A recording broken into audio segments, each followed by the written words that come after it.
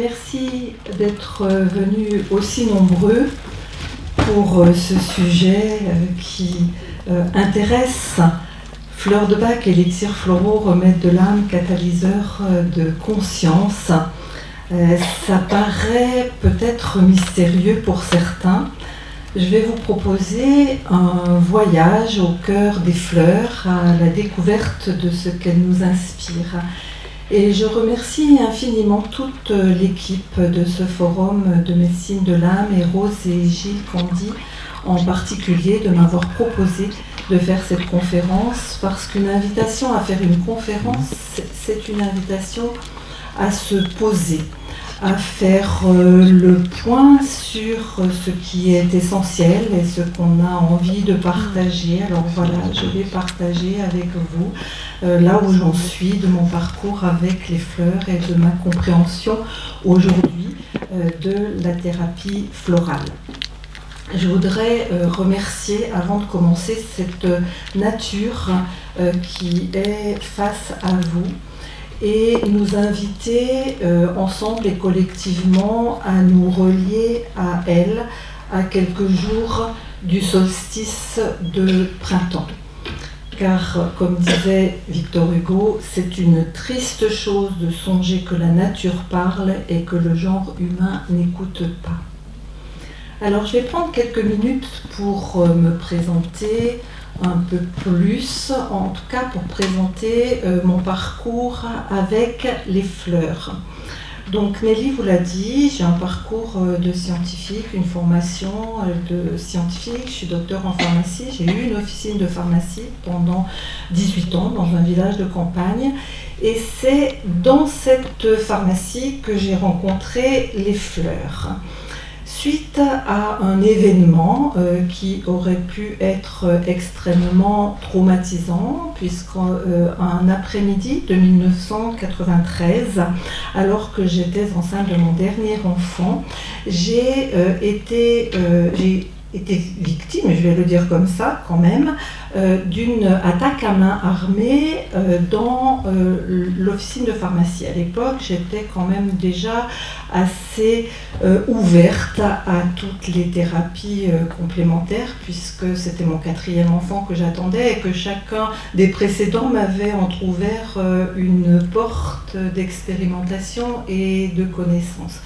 Toujours est-il qu'à l'issue de cet après-midi impossible, avec tout ce que je connaissais, y compris en homéopathie, avec les plantes, de me retrouver moi-même, de retrouver le sommeil, beaucoup de mal-être, beaucoup de questionnements, et jusqu'à ce qu'une amie, également pharmacienne, qui a écrit un livre magnifique et que je vous conseille depuis, Fleurs de Bach, Fleurs de Soie, me propose de prendre des fleurs de Bach. Alors Fleurs de Bach, je n'en avais pas entendu parler, je ne savais pas ce que c'était, mais j'aimais le terme fleur, j'aimais Bach qui me faisait penser à la musique de Bach, bien sûr, et donc j'ai tout de suite dit oui, en ne sachant pas ce que c'était. Et elle m'a conseillé de prendre Étoile de Bethléem. Sûrement parmi vous, certains connaissent déjà les fleurs de Bach, qui est la fleur qu'on conseille quand il y a un traumatisme, un choc, une blessure, pour mobiliser les ressources en soi, se recentrer et dépasser un événement traumatisant. Elle m'a également conseillé la fleur de marronnier rouge, qui est la fleur dite de la mère poule, parce qu'elle avait compris et entendu dans ce que je lui ai dit que la peur principale qui me restait, ça n'était pas la peur même de l'attaque, de la violence, c'était la peur pour mon bébé. La peur pour l'autre. Et donc j'ai pris exactement comme elle m'a dit, parce que je lui faisais confiance. Et elle m'a dit, écoute, tu prends 3 gouttes de chaque, 3 fois par jour, pendant plusieurs semaines. Et en réalité, au bout de quelques jours, au bout de 3-4 jours, j'ai retrouvé un sommeil apaisé. Je me suis retrouvée moi-même. je me suis retrouvée capable de reprendre le fil de ma vie, de prendre des décisions, de prendre des responsabilités. Et en fait, je me suis retrouvée moi-même, mais pas tout à fait moi-même, c'est-à-dire moi-même en plus forte, vous voyez, moi-même avec quelque chose de changé, mais quelque chose de changé dans le bon sens, quelque chose de changé en positif. Et donc, je me suis beaucoup questionnée sur ce qui se passait dans ma vie. Et les élixirs floraux, ils avaient tout simplement rempli leur mission.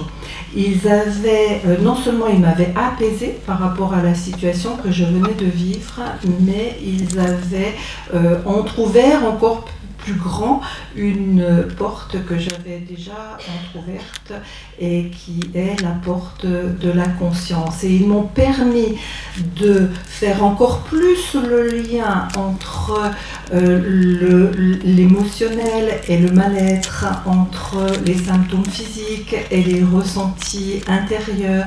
Et ils m'ont amené aussi à faire encore plus le lien entre ce que je ressentais et ce que de simples fleurs pouvaient m'apporter. Et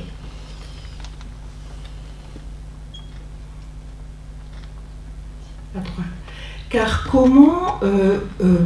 comment imaginer que de simples fleurs préparées selon un procédé mis au point par le Dr Bach, qui est l'infusion solaire, qui aboutit à une préparation dans laquelle il n'y a aucune matière végétale, il n'y a pas d'extraction, ce sont les simples rayons du soleil qui peuvent permettre d'extraire, de communiquer à l'eau qui est dans le bol le message de la fleur.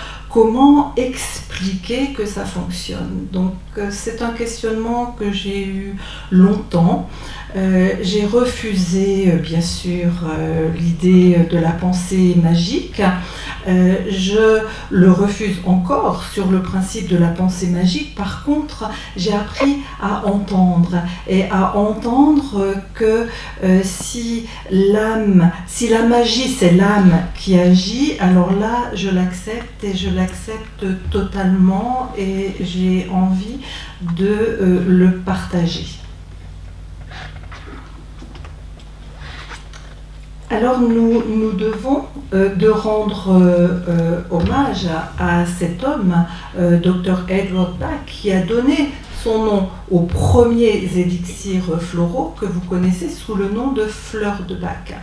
Edward Bach, c'est un médecin anglais qui a eu un parcours assez original, en tout cas, qui a été le point de départ de toute la thérapie florale. C'est pour ça que je dis il est le père de la florithérapie ou de la thérapie florale. Dans les années 1930, médecin. Alors il a fait médecine par vocation, cet homme, hein, il voulait aider ses compagnons de ses patients à aller mieux. Il a fait médecine par vocation. Il a travaillé d'abord au Royal Hospital de Londres comme médecin bactériologiste, comme médecin immunologiste. Il a mis au point ce qui est encore aujourd'hui connu sous le nom des 7 nosodes du Dr Bach, c'est-à-dire qu'il a mis en lien la flore intestinale. Aujourd'hui, les travaux de recherche montrent qu'il avait là encore ouvert une piste prometteuse pour l'avenir avec la notion de terrain comme on peut rencontrer en homéopathie ou dans les approches terrain. Et il a eu une épreuve de vie, une épreuve de maladie qui l'a obligé à quitter son travail au Royal Hospital, et surtout ses confrères lui donnaient 3 mois à vivre quand il a eu 30 ans.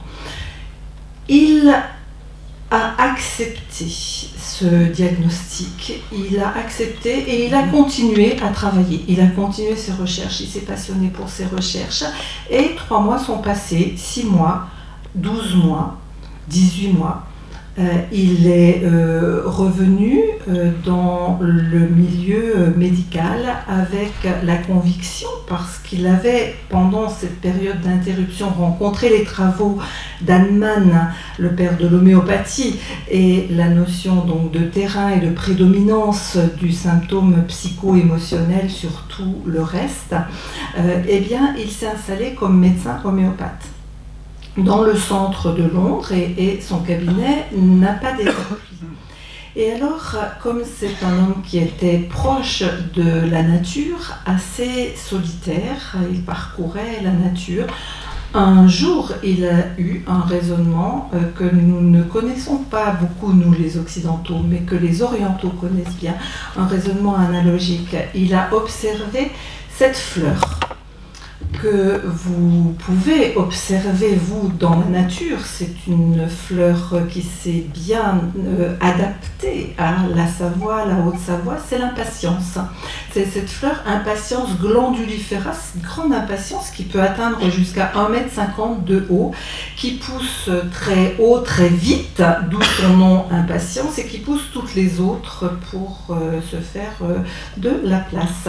Et il a eu l'idée, enfin il a observé que dans son cabinet, il avait des patients qui se comportaient très exactement comme cette fleur dans son milieu naturel. Et il a préparé cette fleur d'impatience d'abord par trituration, parce qu'il était médecin homéopathe, et il a administré, toutes ses découvertes sont empiriques bien sûr, comme l'homéopathie, il l'a administré à une femme, à un homme, à un enfant qui avait des pathologies totalement différentes. C'est pas ça qui l'intéressait, c'est qu'ils se comportaient de la même façon. Ils étaient impatients, ils voulaient que le traitement agisse vite, ils avaient même des boules dans le corps qui ressemblaient aux fruits de cette fleur, qui sont très tendues à maturité et sur lesquelles on presse. Les enfants adorent ça pour jouer, pour jeter des graines, et ça fait rire tout le monde. À savoir que cette fleur correspondait aussi au tempérament du docteur Bach, qui était de tempérament impatient. Et il a donc mis en relation le geste de la plante et le geste de la personne. Et toutes ces découvertes, par la suite, ont été basées sur son observation du geste de la plante et sur son observation du geste de la personne. Et il a donc découvert 38 fleurs de Bach. Il a il a éprouvé ce que la fleur ressentait et pouvait lui apporter pour soulager sa souffrance dans les épreuves qu'il a rencontrées. Et il a résumé: les élixirs floraux se découvrent à la lumière de la souffrance humaine. Alors, il a d'abord... il a choisi, et ça n'est pas totalement un hasard, il a choisi la fleur comme partie du végétal. À savoir que dans le geste de la plante, ce qui s'observe, c'est la plante depuis sa croissance, la croissance de la graine dans le sol, jusqu'au fruit, et c'est tout le cycle de la plante qui s'observe. Mais il a choisi la fleur, et ça n'est pas un hasard, parce que la fleur dans le végétal, c'est elle qui porte le pouvoir de transformation, c'est elle qui porte la métamorphose, c'est elle qui porte la couleur, qui donne son identité à la fleur. Très souvent, on ne reconnaît la plante, et c'est valable beaucoup pour les arbres aussi, que quand on voit la fleur. La fleur, elle a la forme, elle a la couleur, elle a le parfum, elle révèle tout le potentiel de la plante. Et Mère, qui était la compagne de Sri Aurobindo et qui a décrit le message de 500 fleurs, disait: la fleur, c'est l'élan de la plante vers Dieu. Et donc, tous les élixirs floraux sont préparés à partir de la fleur. Ensuite, alors on retrouve, oui, je vous avais sélectionné ces mots d'Annick de Souzenel que j'ai entendu en conférence, Annick, et qui disait en conférence la moindre fleur est cette chose qui est en relation avec le verbe qui la fonde, cette énergie divine qui lui donne son être, sa forme, sa couleur, son odeur, sa vertu. Et ces fleurs vont être donc préparées selon une technique. J'aime pas le mot technique parce que c'est tout sauf une technique, c'est une méthode. C'est extrêmement simple et en même temps ça demande beaucoup de rigueur. Et c'est Bach lui-même qui l'a mis au point, c'est l'infusion solaire. Qu'est-ce qu'une infusion solaire? Une infusion solaire, vous avez ici un bol d'églantier préparé à Choranche dans le Vercors. Les fleurs, elles sont cueillies par une personne qu'on appelle un préparateur-cueilleur, qui est une personne qui a un lien particulier avec le végétal, qui va aller à la rencontre du végétal sur son lieu de pousse, sur son biotope, de préférence sauvage, c'est-à-dire qu'on ne va pas préparer l'arnica par exemple dans le Vercors, on va se déplacer jusqu'en Savoie, Haute-Savoie, de même pour l'impatience, et on va cueillir la fleur quand elle est prête à être cueillie et quand elle est encore dans ce mouvement ascendant, c'est-à-dire qu'il y a encore des boutons floraux prêts à éclore, parce que c'est de cette façon qu'elle va offrir au bol, à l'eau, toutes ses vertus guérisseuses, tout le message pour apaiser la souffrance de l'être humain. Donc un élixir floral ne se prépare... Oups. Alors là, je vais avoir un peu de difficulté, j'ai besoin de la technique, je ne sais pas ce qu'il faut faire. Je fais OK, là. Mais comment je vais enlever? Ah, c'est sur le mien, ton ordinateur? Non, je ne crois pas. Parce que je suis pas sur mon ordinateur. Non, justement, il ne veut pas. Alors, je vais essayer, excusez-moi, la technique, c'est pas trop... Voilà. Bon, vous aurez déjà vu quelques belles photos. Oui, merci. Merci. J'avais une photo après celle-ci pour une photo de bol de rhododendron préparé en pleine nature dans le Val-Vaudemars pour vous faire percevoir cette simplicité, et puisque Bach disait, pour préparer un élixir floral, il faut, merci, voilà, il faut avoir de bonnes chaussures et un bon sac à dos. Et c'est extrêmement simple et en même temps c'est très rigoureux, parce que les conditions pour préparer un élixir mère doivent être respectées. Les conditions d'harmonie entre tous les éléments, et en particulier le soleil, l'air avec le vent, et que le préparateur-cueilleur soit aussi dans une disponibilité d'accueillir le message de la fleur. Il est le 5e élément. Donc c'est très important ce process alchimique de préparation de l'élixir mère en pleine nature. Vous voyez le bol à gauche là, au milieu des rhododendrons sauvages.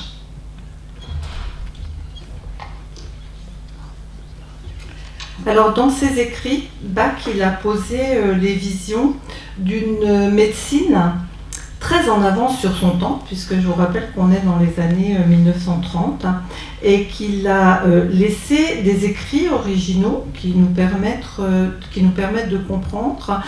Son assistante Nora Weeks, dans les découvertes du docteur Edward Bach, médecin, nous apprennent aussi beaucoup sur son parcours et ses recherches. Alors tant que notre âme et notre personnalité sont en harmonie, tout est joie et paix, bonheur et santé. Le conflit surgit quand notre personnalité s'écarte de la voie tracée par l'âme. Ce conflit est la cause profonde de la maladie et de l'insatisfaction. Il est possible de prévenir et de guérir la maladie en découvrant l'erreur qui est en nous et en l'éliminant, non en luttant contre nos défauts, mais en cultivant en nous les vertus opposées, de telle sorte qu'ils disparaîtront d'eux-mêmes. Et la phrase la plus connue est sans doute « La santé est notre héritage, notre droit ». C'est l'union totale et profonde entre l'âme, l'esprit et le corps. Alors, après les découvertes du docteur Bach pendant quelques décennies, il n'y a eu que les fleurs de Bach. Et puis, progressivement, dans le monde, les recherches ont été reprises d'abord par Katz et Kaminski aux États-Unis, qui ont préparé des élixirs californiens, puis par Ian White en Australie avec les élixirs du bush, avec Steve Johnson les élixirs de l'Alaska et avec Philippe de Roide qui est le fondateur du laboratoire d'Eva dans le Vercors, les élixirs floraux dits européens ou contemporains. Alors, je voudrais faire avec vous, je vous l'ai dit, une conférence, c'est l'occasion de faire un point. Donc j'ai été regarder quel était l'état des études qui sont menées pour témoigner des effets réels, profonds, durables des élixirs floraux sur la santé. Et j'ai trouvé 50 études publiées à Cuba, menées dans des hôpitaux cubains. Savoir qu'en Amérique du Sud, ils sont plutôt en avance sur nous. Ils ont reconnu officiellement la florithérapie comme thérapie complémentaire. Et on les trouve sur le site Cedibac, le plus souvent en espagnol, mais il y a une jeune française, psychanalyste Mathilde Juan, vous pouvez voir son site qui est Méditant Fleurs, et elle traduit, elle présente les résultats de ses études, donc je trouve qu'elle fait un super travail pour faire connaître ses études. Et puis sur PubMed, qui est un site officiel de publication scientifique, on trouve une étude toujours cubaine sur les élixirs floraux et les problèmes de canal carpien, et une étude américaine sur les troubles et déficits de l'attention et hyperactivité chez l'enfant. Alors, vous voyez qu'on est face à des études menées sur des patients qui ont des pathologies, qui sont diagnostiquées avec des pathologies bien déterminées. Pour autant, la démarche avec les élixirs floraux, c'est de ne pas s'en occuper de ces pathologies et de poser la seule et unique question que Bach disait qui est à poser, qui est « What do you feel now ?» Que ressentez-vous aujourd'hui? Que ressentez-vous là, maintenant?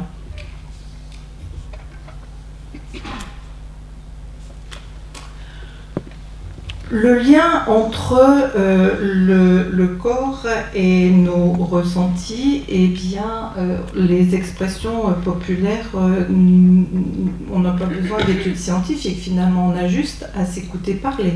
Ça me casse les pieds, ça m'est resté en travers de la gorge, j'en ai plein le dos, et il y en aurait beaucoup d'autres. On nous donne des indications déjà sur le lien entre le corps et le ressenti. Parce que c'est toujours l'âme qui souffre. C'est elle qui va exprimer son mal-être par l'intermédiaire de nos émotions. C'est elle qui va nous montrer notre chemin de vie, notre chemin d'évolution par la voie des émotions. C'est elle qui va recevoir les vertus guérisseuses des élixirs floraux. L'unité corps, âme, esprit est une réalité aujourd'hui. Nous avons un corps qui est le temple terrestre de notre âme. Notre âme, c'est notre être réel, et un esprit qui nous met en relation avec le divin. Cette trinité de l'homme, cette unité aujourd'hui est incontestable. Alors notre âme nous parle par la voix de nos émotions. Je vous ai dit baptisé What do you feel now? Aujourd'hui, comment est-ce que je me sens? Est-ce que je peux poser des mots? Est-ce que je peux me mettre à l'écoute de moi-même et dire comment je me sens? Parce que l'émotion qui vient du latin ex movere, elle va exprimer, elle va emmener à l'extérieur, elle va informer, elle va nous informer, nous déjà, si nous l'acceptons, si nous l'entendons sur notre état intérieur, elle va informer notre entourage sur notre état émotionnel, sur comment nous sommes. L'intensité de cette émotion, bien entendu, elle va dépendre de la situation qui nous affecte. Ce sont nos émotions qui nous agissent et nos émotions sont intimement liées à notre histoire personnelle. Le même événement ne va pas entraîner la même réaction, la même action, la même intensité d'action chez l'une ou l'autre d'entre vous. Le Dalai Lama lui-même a écrit un ouvrage entier qui s'appelle La voix VOIE des émotions. Donc je crois qu'entendre ce que nos émotions nous disent de ce qui se passe en nous, c'est le meilleur moyen d'apprendre qui nous sommes et de les suivre ou pas selon la conscience que nous posons sur ce qui s'exprime et ce qui se passe. Jung lui-même disait: sans émotion, il est impossible de transformer les ténèbres en lumière ni l'apathie en mouvement. Donc, accueillons nos émotions, acceptons-les, remercions-les pour ce qu'elles nous enseignent et permettons de les transformer. Non pas de les bloquer, mais de les transformer avec ces merveilles que sont les élixirs floraux, préparés par la main de l'homme, parce que seule la main de l'homme peut transmettre l'esprit des fleurs. Nous sommes perpétuellement en devenir. Tout le chemin de la vie, c'est de passer de l'ignorance à la connaissance, de l'obscurité à la lumière, de l'inaccompli à l'accompli, de l'inconscience à la conscience, de la peur à l'amour. Et j'ai emprunté ces mots que j'aime beaucoup à Frédéric Lenoir. Maintenant, je voudrais vous présenter quelques fleurs pour éveiller nos consciences. Alors, le choix a été cornélien, parce que je ne peux pas vous présenter 38 fleurs de Bach, encore moins 96 élixirs floraux contemporains. J'ai choisi de vous présenter peut-être celles qui parlaient à mon âme au moment où je les choisis. J'espère qu'elles parleront à vos âmes aussi. Et je vous invite à les découvrir et à les regarder, mais aussi à les ressentir.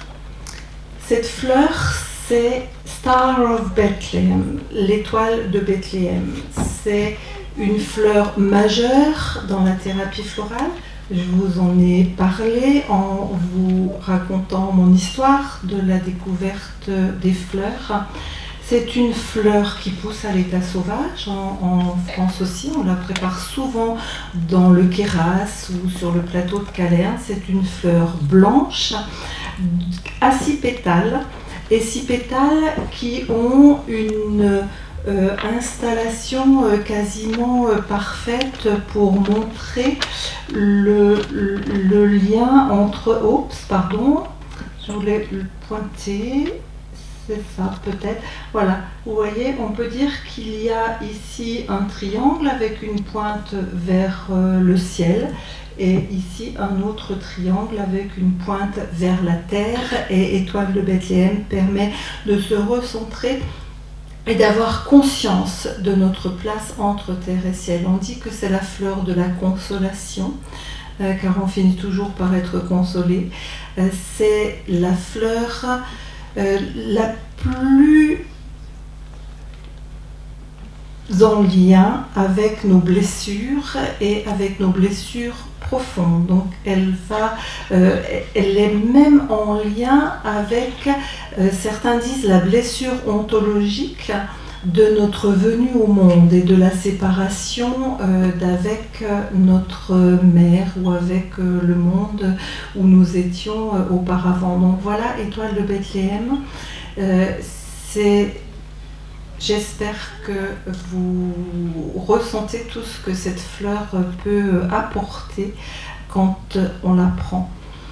La suivante, j'ai choisi de vous présenter le noyer. Alors, pourquoi j'ai choisi de présenter le noyer? Eh bien, parce qu'il transparaît dans toutes les études que nous menons et dans tous les témoignages que nous avons que c'est une fleur essentielle aujourd'hui au XXIe siècle. Le noyer, Bach l'a présenté comme une fleur de protection. Imaginez le fruit de la noix, la feuille de noix, comme une fleur pour suivre son propre chemin de vie, un peu comme une mission, sans se laisser influencer par les autres. Et généralement, quand on n'est pas bien, qu'on sent qu'il y a quelque chose qui en nous n'est pas juste, et qu'on se pose la question depuis quand, si le depuis quand c'est une blessure, un traumatisme, on va choisir étoile de Bethléem. Si le depuis quand c'est un changement de métier, un changement de maison, un changement de vie, et qu'on se sent plus sensible, plus fragile, plus influençable, eh bien on va prendre le noyer. Et croyez bien que dans les études qui sont menées, chez les animaux, il n'est pas possible aujourd'hui de se passer du noyer. À toutes les étapes du grandir, on a besoin du noyer, donc depuis tout petit enfant jusqu'à bien sûr maturité et autres. Alors ensuite, j'en ai choisi 4 dans les bacs. J'ai choisi le hou, parce que pour moi, le hou incarne l'amour, incarne la transformation de la haine en amour. Et on le voit dans le geste de la plante. C'est pour ça que j'ai affiché aussi cette gravure des feuilles de hou qui piquent, qui empêchent d'approcher et qui se transforment en des fleurs d'une douceur, d'une bienveillance, d'un accueil. Et le hou au lit, ça va être l'élixir floral pour prendre conscience qu'on est jaloux, qu'on est envieux, pour accompagner toutes ces colères qui nous éloignent de ce que peut être l'amour inconditionnel. Et puisqu'on est bien sûr dans l'amour, la 4e fleur de Bach que j'ai choisie, c'est la fleur de chicorée. Et là vraiment, je vous invite à entrer en lien avec cette fleur parce que sa couleur parle à notre âme. C'est une couleur éminemment spirituelle. Chicorée, c'est aussi une fleur d'amour, c'est une fleur pour se sentir aimé. On dit que c'est la fleur de celui qui se sent abandonné ou de celui qui donne beaucoup, qui est extrêmement généreux en apparence, mais qui attend un petit quelque chose quand même en échange. Chicorée, cet élixir floral, il va remplir ce que j'appelle notre calice de base, là où nous avons besoin de nous sentir aimés. Même si nous l'avons été, c'est le ressenti qui compte. Surtout, s'ouvrir à ce que nous ressentons sans jugement, sans aucun jugement sur nous-mêmes, mais plutôt avec une authenticité de ce qui est là. je ne peux pas avoir besoin de chicorée. J'ai été une enfant désirée, aimée. Pourquoi j'aurais besoin de chicorée? Il n'y a pas de raison. Il n'y a pas de raison. Il peut n'y avoir aucune raison. Et quand vous reconnaissez ce besoin de chicorée, eh bien, l'élixir floral de chicorée va faire absolument merveille.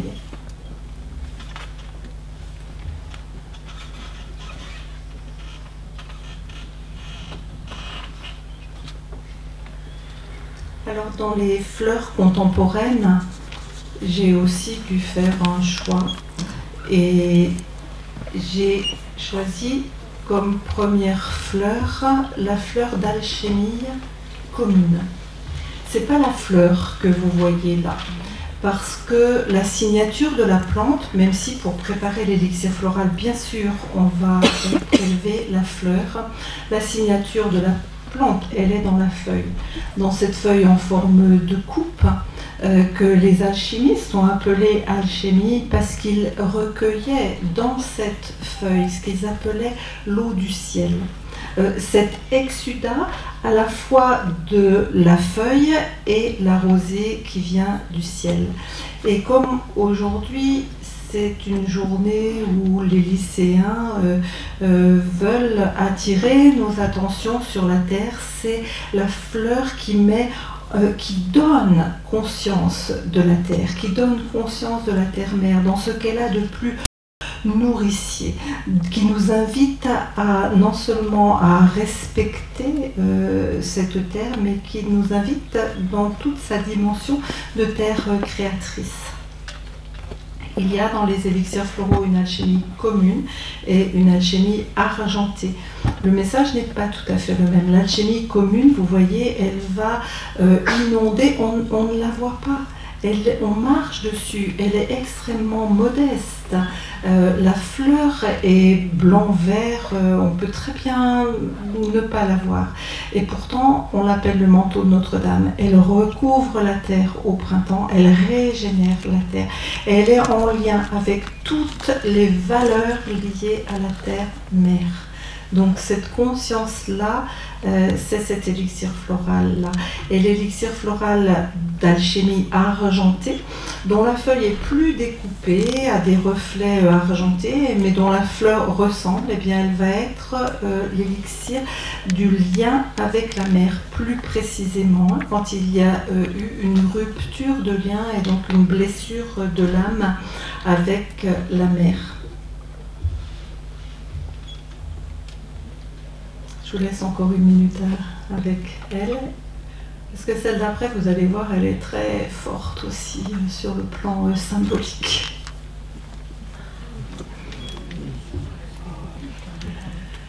Cœur de Marie. Cœur de Marie, sa couleur rose qui nous dit qu'on est dans l'affectif. Et sa forme de cœur. Et puis qui se poursuit là, on dirait une larme, on dirait vraiment un cœur qui pleure. Et elle parle à notre cœur qui pleure. Et le message de cette fleur et de cet élixir floral, il est aussi quand les pétales tombent au sol. Parce que quand ce cœur, il tombe sur le sol, vous savez ce qui se passe? Il se sépare en deux. Et chaque moitié de pétale poursuit sa vie, indépendamment de l'autre. Et le message de l'élixir floral, c'est un message d'autonomie, c'est un message de détachement sur le plan affectif.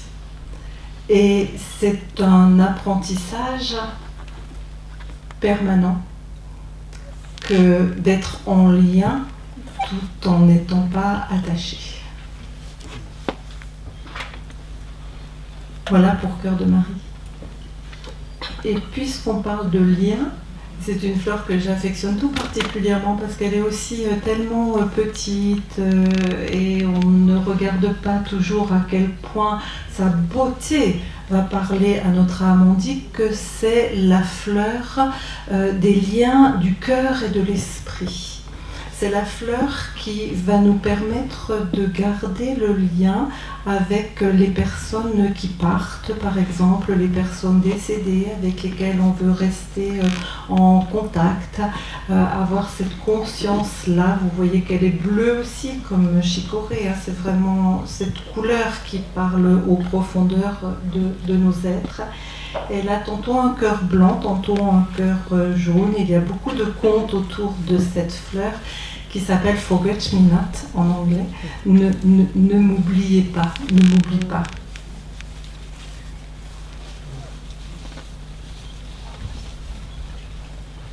L'angélique.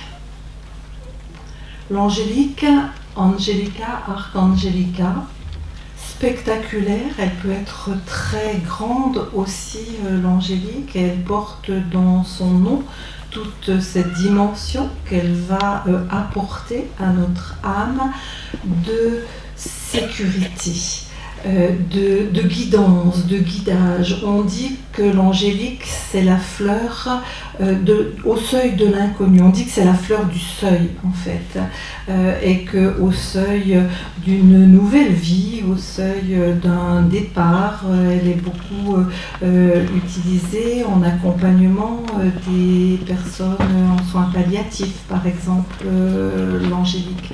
Donc c'est une protection supérieure. Et toutes ces fleurs, elles parlent à nos âmes.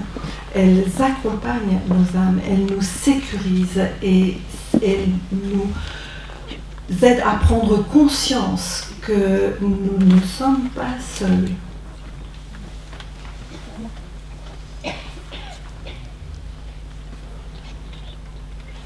Je vous laisse un petit peu avec l'angélique et je vais terminer avec une cinquième fleur qui est issue de la recherche au laboratoire d'Eva et que j'aime beaucoup, qui est la fleur de lotus, parce que bien entendu, s'il y a une fleur d'ouverture de conscience, c'est le lotus dont il apparaît, qu'elle ouvre nos consciences à tous les niveaux énergétiques, à tous les niveaux vibratoires de notre être.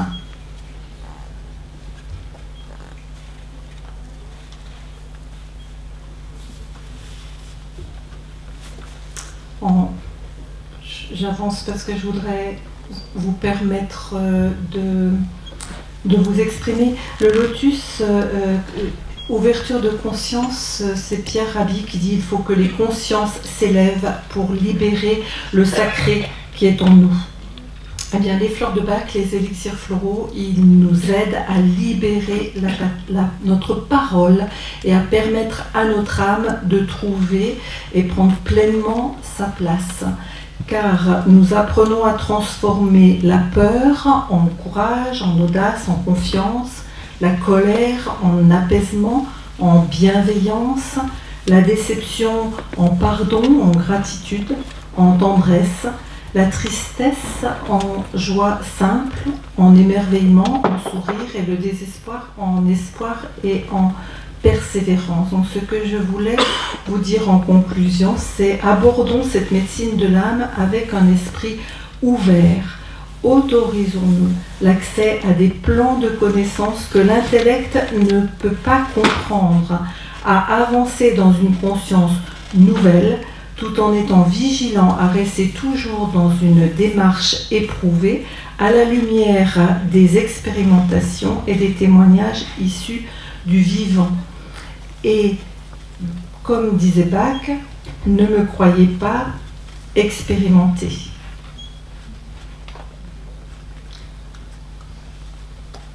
Un dernier partage avec vous.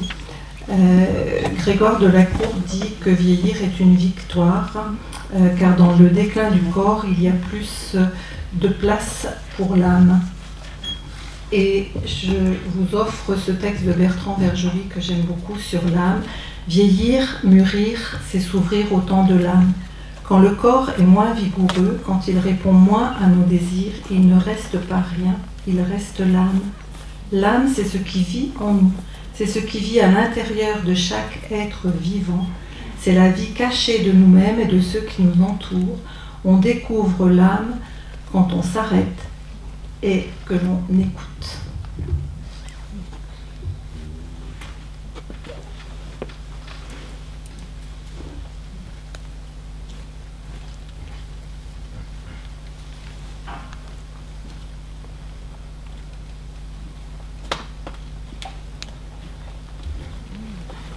Merci.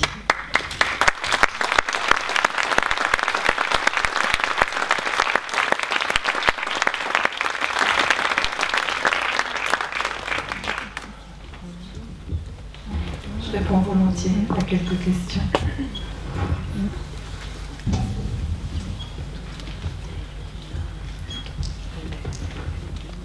Bonjour. Bonjour. Est-ce qu'on peut poser une question un peu ciblée pour un exemple d'un enfant, par exemple, et auquel vous pourriez répondre pour une fleur, ou c'est pas trop le moment? Alors, peut-être pas. Les questions personnelles, je vous invite à venir me les poser. Je reste toute la fin d'après-midi à la fois sur le stand de livres, puisque je crois que j'y suis attendue à l'issue de la conférence, et sur le stand du laboratoire d'Eva. Donc, si ça vous intéresse, je préfère faire comme ça pour les questions ciblées personnelles.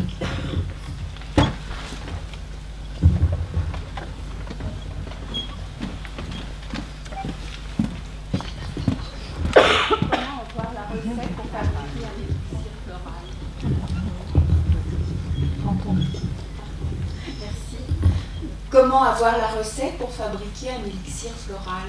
Alors, la recette, elle est extrêmement simple. Elle est décrite dans tous les livres qui parlent de fleurs de bac, d'élixirs floraux.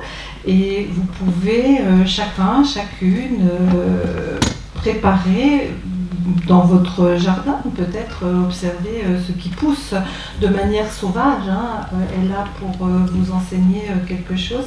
Et il suffit d'avoir un bol en verre transparent, d'avoir une eau de source très faiblement minéralisée pour avoir une forte résistivité, donc une capacité à recevoir le message vibratoire éthérique des fleurs et cueillir le nombre de fleurs qui, vous l'avez vu sur le bol, tapissent le bol.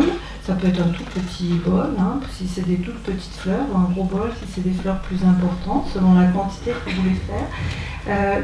Ce qui est extrêmement important, c'est de tenir compte donc, de l'équilibre des éléments. D'abord préparer le matin, puisqu'on va se servir aussi de la rosée qui est déposée sur les fleurs. Choisir les fleurs, je vous l'ai dit, quand elles sont prêtes à être cueillies, et plutôt encore en phase ascendante plutôt que sur le déclin, pour avoir toute leur vitalité. Choisir un jour donc, où il fait beau, puisque pas de nuages au-dessus du bol, même pas faire de l'ombre, déposer le bol au milieu des autres fleurs, parce que quand vous l'avez fait plusieurs fois, vous observez que ce ne sont pas que les fleurs qui sont dans le bol, mais toutes les fleurs autour. C'est vraiment toute la famille de fleurs qui participent à la préparation et qui offrent, et être vous-même dans un état de paix et de laisser faire, c'est-à-dire il n'y a pas d'intention à avoir, il y a vraiment à laisser faire. Rester à proximité du bol pour le veiller, être la gardienne du bol, mais ça se fait tout seul, et avoir un minimum de 3 heures d'ensoleillement. Après, c'est une question j'allais dire d'habitude, c'est pas d'habitude parce que c'est toujours différent, mais il y a vraiment un appel du bol quand la préparation est prête à être filtrée. Regardez quand même le calendrier lunaire et le calendrier biodynamique, ça c'est un b.a.-ba aussi, de façon à ce qu'il n'y ait pas de tension, de dissonance dont vous pourriez ne pas avoir la réceptivité, mais qui sont indiqués dans ces calendriers-là. Est-ce que je réponds à la question ?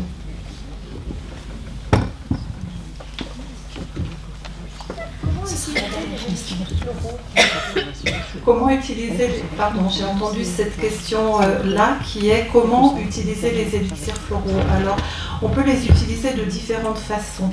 L'élixir floral est une préparation, donc vous l'avez vu, liquide. Donc on peut prendre quelques gouttes régulièrement, 3 à 4 gouttes, 3 à 4 fois par jour, pendant 3 à 4 semaines, si c'est pour un cheminement de conscience.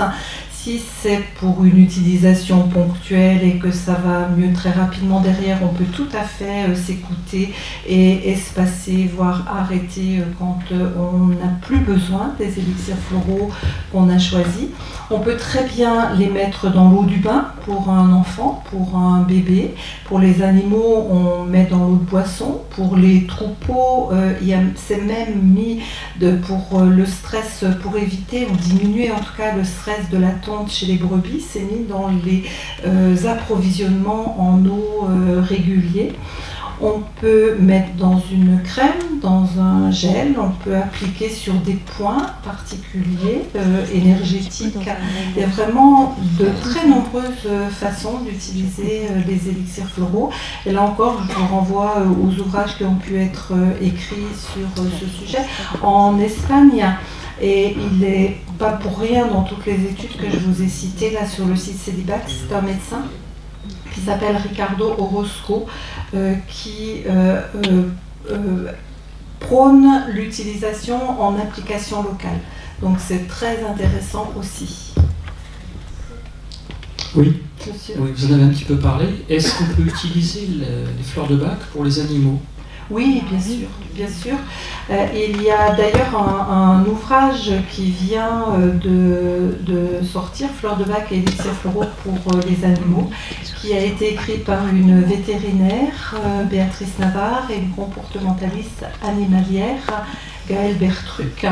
Et les résultats sont assez bluffants chez les animaux. Si on a besoin de se convaincre de l'efficacité et du non-effet placebo, il suffit de regarder comment les animaux très très rapidement vont mieux et modifient leur comportement avec les élixirs floraux. Après, le comportement des animaux, souvent, il est lié à notre comportement aussi. Donc, tout est lié. Donc, on ne va pas... c'est utopiste de penser qu'on va modifier le comportement d'un animal en ne modifiant pas son propre comportement. Donc, l'observation, elle est de l'animal et de l'humain conjointement. Merci pour votre attention, on va devoir arrêter là. Mais je vous invite à prolonger les échanges et à poser toutes vos questions à Pascal sur le stand de la librairie Garin à l'étage. Pascal va aussi procéder à la signature de ses livres. Voilà. Merci à tous. Merci à tous et merci à la technique parce que ça aurait été vraiment dommage de ne pas avoir des fleurs en direct. Que les fleurs ne parlent pas en direct à nos âmes.